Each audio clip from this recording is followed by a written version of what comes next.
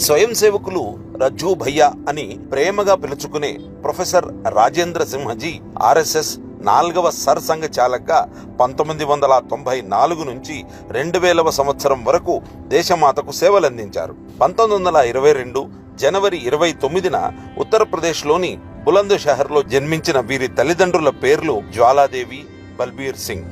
అలహాబాద్ విశ్వవిద్యాలయం నుంచి 21 సంవత్సరాల వయసులోనే ఫిజిక్స్లో మాస్టర్స్ డిగ్రీ పొందారు. నోబెల్ బహుమతి గ్రహీత, ప్రముఖ భౌతిక శాస్త్రవేత్త సర్ సివి రామన్ పర్యవేక్షణలో తెలివైన విద్యార్థిగా గుర్తింపు తెచ్చుకున్నారు. అలహాబాద్ విశ్వవిద్యాలయంలోనే అనేక సంవత్సరాలు న్యూక్లియర్ ఫిజిక్స్ విభాగానికి అధ్యాపకుడిగా పనిచేసిన వీరు అనతి కాలంలోనే 1960లో భౌతిక శాస్త్ర విభాగానికి అధిపతిగా బాధ్యతలు చేపట్టారు. అనంతరం 1960వ దశకంలో ఆ పదవిని త్యజించి తన జీవితాన్ని సంఘ కార్యానికే అంకితం చేశారు.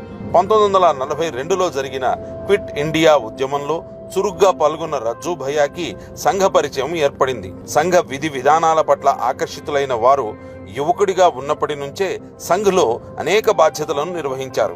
ఉద్యోగానికి రాజీనామా అనంతరం 1962 నుంచి ఈశాన్య ప్రాంతాల ప్రచారక్గా, ఆ తర్వాత ఉత్తరప్రదేశ్లోనూ ప్రచారక్గా తన బాధ్యతలను నిర్వహించారు. ఎమర్జెన్సీ సమయంలో జయప్రకాష్ నారాయణతో కలిసి ఉద్యమాన్ని నడిపించారు. అంతేకాదు జనతా పార్టీ ఏర్పాటులోనూ వారు కీలక పాత్ర పోషించారు. 1980లో సర్కార్వాహగా, ఆ తర్వాత 1994వ సంవత్సరంలో బాలాసాహెబ్ దేహవ్రస్ తర్వాత రాష్ట్రీయ స్వయం సేవక్ సంఘానికి 4వ సర్ సంఘ్ చాలక్గా బాధ్యతలు నిర్వహించారు. భారతదేశంలోని గ్రామీణ ప్రాంతాలలో ఆర్థిక సామాజిక పరిస్థితులు మెరుగుపరిచేందుకు రజ్జూ భయ్యా కృషి చేశారు. గ్రామీణ ఆర్థిక వ్యవస్థను శక్తివంతం చేయడానికి అహర్నిశలు పనిచేశారు. గ్రామీణాభివృద్ధి కార్యక్రమాలను ప్రారంభించి 1995లో గ్రామాలను ఆకలి రహిత, వ్యాధుల రహితంగా, విద్య, స్వయం సమృద్ధి గ్రామాలుగా తీర్చిదిద్దడంలో ప్రాధాన్యత ఇవ్వాలని ప్రకటించారు.